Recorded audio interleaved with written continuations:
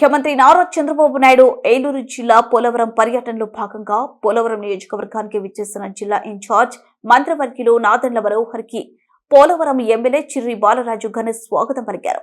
ఈ సందర్భంగా మంత్రి నాదెండ్ల మనోహర్ గూటాల గ్రామంలో ఉన్న ప్రసిద్ధ శ్రీ భక్తాంజనేయ స్వామి ఆలయాన్ని సందర్శించి స్వామివారిని దర్శించుకుని ప్రత్యేక పూజలు నిర్వహించారు. ఆలయంలో జరిగిన పూజా కార్యక్రమాల్లో ఎమ్మెల్యే చిర్రి బాలరాజు కూడా పాల్గొని రాష్ట్ర అభివృద్ధి, ప్రజల శ్రేయస్సు, ప్రాంత సంక్షేమం కోసం ప్రత్యేక ప్రార్థనలు చేశారు. అనంతరం పోలవరం నియోజకవర్గ అభివృద్ధి అంశాలు, ప్రజల సమస్యలు, ప్రభుత్వ పథకాల అమలు, రాబోయే రోజుల్లో చేపట్టాల్సిన అభివృద్ధి కార్యక్రమాలపై మంత్రి, పార్టీ నాయకులు, ప్రజాప్రతినిధులతో సుదీర్ఘంగా చర్చించారు. ముఖ్యంగా పోలవరం ప్రాంతంలో మౌలిక సదుపాయాలు, అభివృద్ధి, రహదారులు, త్రాగునీరు, ఉపాధి అవకాశాలు, యువతకు ఉద్యోగ అవకాశాలపై మంత్రి ప్రత్యేక దృష్టి సారిస్తామని హామీ ఇచ్చారు.